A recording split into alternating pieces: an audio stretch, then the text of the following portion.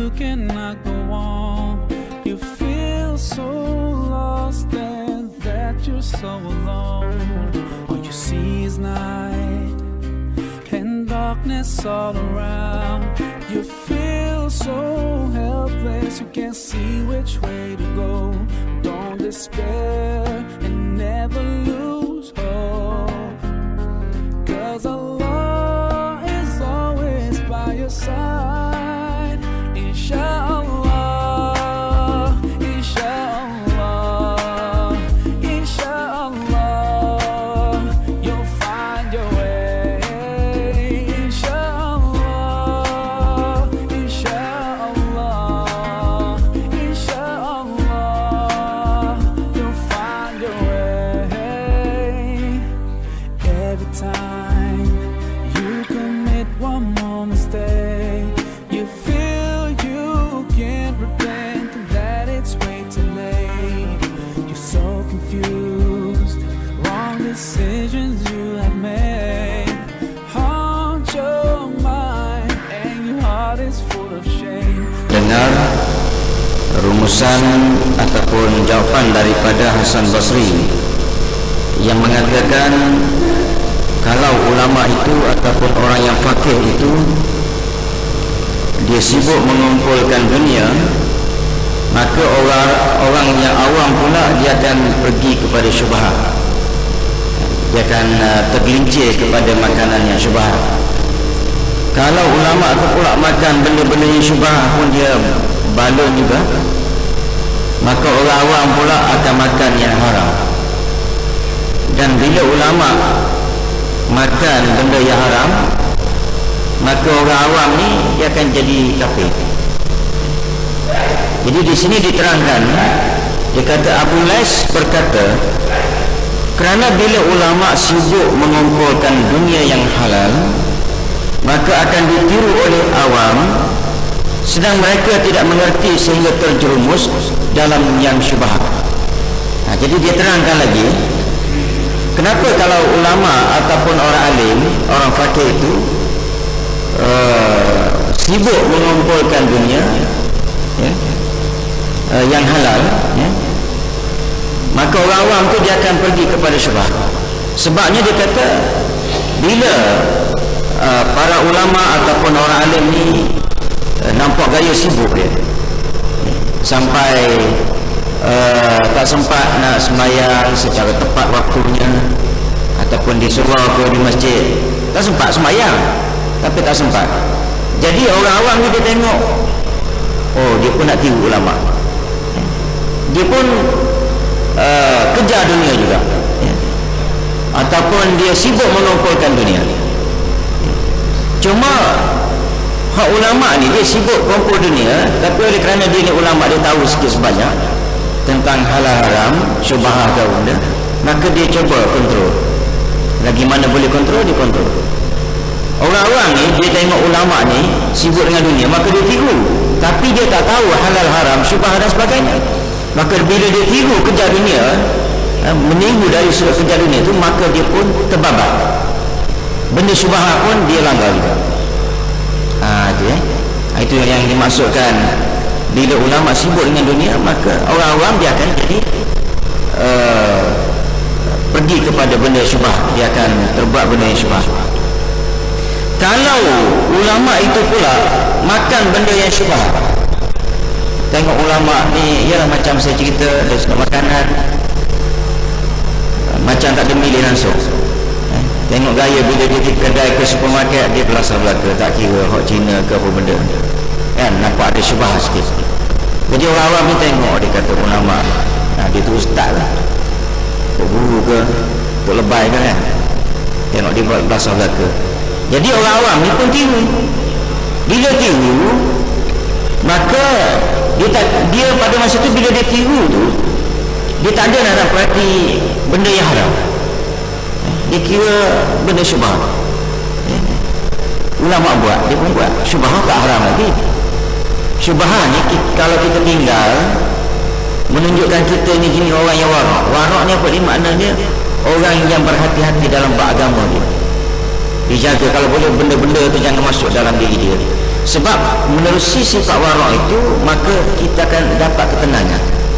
Bila orang tu jaga bab makan, sama ada bab makan ke ataupun bab harta dia, sumber harta dia, dia jaga, dia akan jadi tenang jiwa dia. Kalau berserabut itu cam. Semalam pun saya ada satu orang Allah Ta'ala mari jumpa, bercerita tentang masalah keluarga dia, pengurusan harta pusaka. Orang yang yang uruskan harta pusaka ni biasanya abang sulung ataupun anak lelaki sulung. Kalau tak betul, saya mudah je bagi dia punya tu. Saya kata, ialah kalau dah betul begitu keadaan abang, cuba tengok abang macam-macam. Saya boleh teka. Bila saya cakap lagu tu, dia pun cerita sendiri. Anak cerdik tapi tak menjadi betul. Anak cerdik, dia pun cerita lah, ni dapat. Dia cerita tu maknanya hebat lah. Kalau UPSR dapat 4A tu dia hebat lah sekarang. Golongan cerdik, tapi menjadi rumah habis. Dan dia tu pula, si abang dia tu pula yang menguruskan harta pusaka secara sedar. Dia urus tak betul tu secara sedar. Orang dah bagi nasihat tak betul, dia langgar juga, ambil juga bagi tak betul. Kehidupan dia tu buat ni tak jadi, buat ni tak jadi. Harta yang dia dapat tak ada, jadi tak ada. Hak adik beradik orang lain tu, hak jenis teraniaya tu, boleh kumpul harta pula. Itu susah. Itu baik. Itu kata orang, itu harap tu baik. Yang syubhah ni maknanya benda yang tak jelas, terbuat benda yang tak jelas antara haram dengan halal. Bila orang tu buat, maka jiwa dia kelang kabut sikit. Baik. Jadi kalau orang lain buat benda syubhah, jadi orang-orang ni pun ikut. Bila orang-orang ikut ni, dia akan tergelincir pergi pada haram. Dia akan pergi pada benda haram. Pada fikiran orang orang awam, dia kata orang ulama pun buat benda macam tu, yang nampak kali macam syubhah kan. Jadi dia kata mungkin benda tu kecil sangat. Bila kecil sangat, last kali bagi dia hak haram pun dia nampak kecil juga, dia rasa tak ada masalah. Jadi dia tergelincir. Dan kalau sekiranya disebut itu, bila ulama makan yang haram, bila dilihat ada ulama yang makan benda yang haram, maka pada masa itu orang awam pun pakai ikut belaka. Dan sekali orang awam ni dia tergelincir mulut dia pula. Dia kata hal haram supaya habis. Bila cakap lagu tu jadi kafir. Itu dia kata, bila orang ulama, orang fakih itu dia terbuat benda-benda yang haram dan dilihat oleh orang awam, maka pada masa itu orang awam dia akan jadi kafir banyak. Sebab itu maknanya benda ni kita kena jaga-jaga. Cuba tengok dalam kes-kes yang kita tengok yang 2-3 hari ni berlaku. Bila ulama senyap, tak ada mufti bunyi, tak ada. Jadi ramailah yang kata hukum hududnya memperlekehkan hudud macam-macam. Tuan-tuan nampak tak ini yang dikatakan oleh kitab. Sama ada dia pemimpin hak kampung, tuan-tuan tak jumpa orang kampung, dia kata benda tu hukum hudud tak buat tak apa, dia tak boleh hidup. Sedangkan kalau pergi kepada hukum Islam yang kita haraplah dapat dilaksanakan macam Brunei nak buat bulan 4 bulan 6, dia mudah je sipir dia. Kalau ada orang mengaku dia dizinai ataupun disetubuhi depan belakang kau benda, orang tu yang kena hudud. Tuan-tuan nampak keindahan Islam ini? Dah hak mengaku terlepas, hak dituduh tu yang kena. Tuan-tuan nampak ini yang dikatakan kezaliman dan ketidakadilan. Islam dia kata mari perempuan, dia kata tu saya disetubuhi oleh, saya berzina dengan orang tu, mana-mana lah, si mamak ke dolah kan. Tanya mamak ya ke tak? Saya tak boleh buat. Awak yang perempuan yang kena. Sebab awak mengata mari orang lelaki, saya kena liwat. Betul saya kena liwat. Awak yang kena bersumpah lagi, saya kena liwat oleh si dolah ke apa benda. Tanya dolah, tak ada, saya tak ada buat. Katalah dolah tu betul buat, dolah tu memang betul liwat dia ataupun berzina tu, Oleh kerana daulah tak mengaku, tak ada saksi, daulah terlepas, yang mengaku dia yang kena. Nak ulanglah sikit supaya tuan-tuan nampak kezaliman ini bila kita jauh daripada Islam, mana kezaliman akan berlaku. Yang kita, kalau sekiranya kita tak ambil peduli tentang benda-benda macam ni, kita bimbang, takut benda ni berlaku kepada kita ke, waliyazubillah, anak cucu kita ke. Sekarang kita rasa seronok kena buat orang lain, tapi ini dia yang berlaku. Yang mengaku diliwat tu kena. Apa ni bebas, yang dituduh kena. Saksi tak kuat. Pasal apa ini berlaku? Sebab ulama dia mana ada bunyi. Mufti kita ada 13 orang serupa. Setiap lagi ada mufti. Orang Mesir rumah dia kata pelik Malaysia ni. Mesir pun ada satu je hebat dengan ulama dia apa semua. Saudi pun ada satu. Malaysia ni ada 13 mufti. Tapi mufti semua senyap. Taing hak kena angin dengan pemerintah bunyi. Taing tak kena senyap belaka. Ini dia akibat bila ulama itu dia tak jujur dan tidak amanah pada ilmu dia, akhir sekali masyarakat jadi rosak.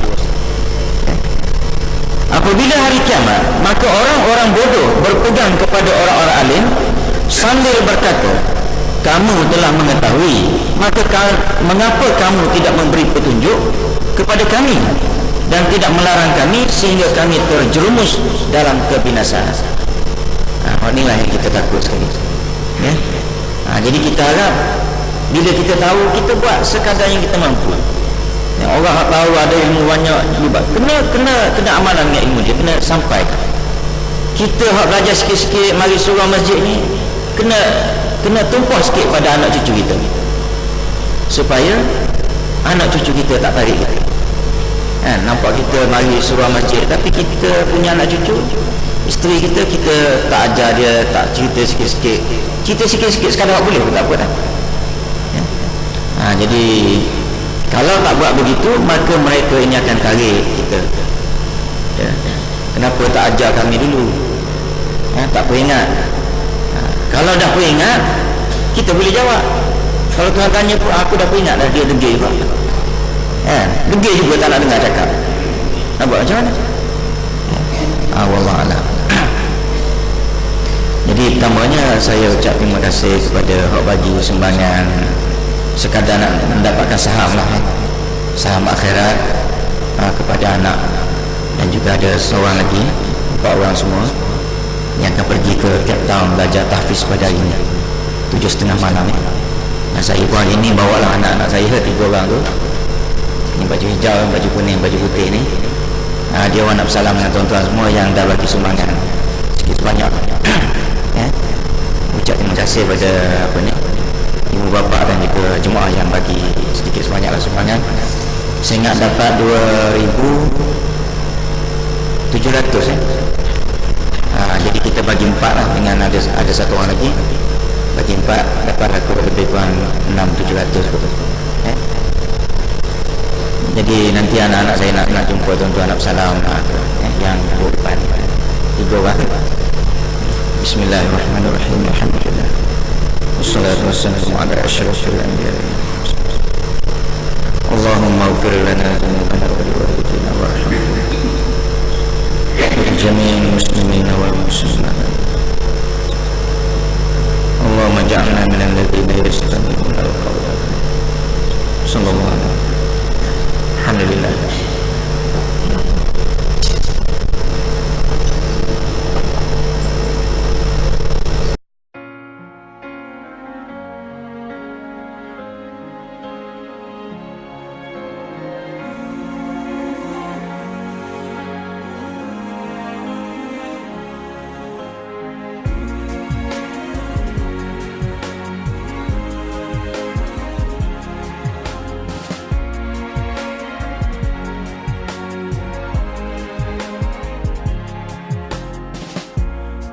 so far